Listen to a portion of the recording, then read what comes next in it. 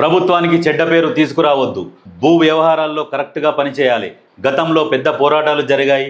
BRS తెచ్చిన ధరణి దరిద్రం నుంచి విముక్తి కల్పించాం.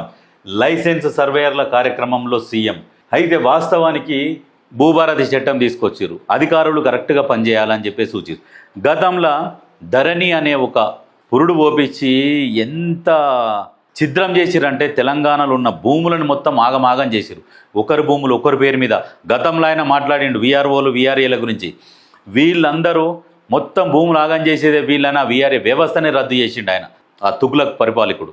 కాబట్టి ఇప్పుడు వచ్చినాక భూభారత్ అనే చట్టాన్ని తీసుకొచ్చి లైసెన్స్డ్ సర్వేయర్లు ఇప్పుడు ఉంటారు కదా, వాళ్ళని కూడా క్లియర్గా మీరు సర్వే చేసి మంచిగా పనిచేయండి, ప్రజలకు పనికొచ్చే విధంగా పనిచేయండి. గతంలో ధరణి ఉండే, ఆ ధరణి వల్లనే వాళ్ళు ఓడిపోయారు.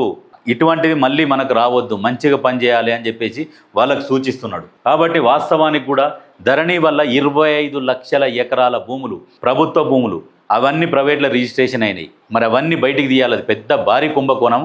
అది ఇంకా ఎప్పుడో ఒకప్పుడు మాత్రం బయటికి వస్తుంది. కాకపోతే ఏంటంటే దాన్ని కూడా ముఖ్యమంత్రి గారు దృష్టిలో పెట్టుకొని దాని మీద కూడా ఎంక్వైరీ చేపిస్తే చాలా బాగుంటుంది. తెలంగాణ ప్రజలు సంతోషపడతారు. ఆ భూములు రికవరీ చేస్తే కనీసం భూములు లేని పేదలకు భూములు పంచవచ్చు.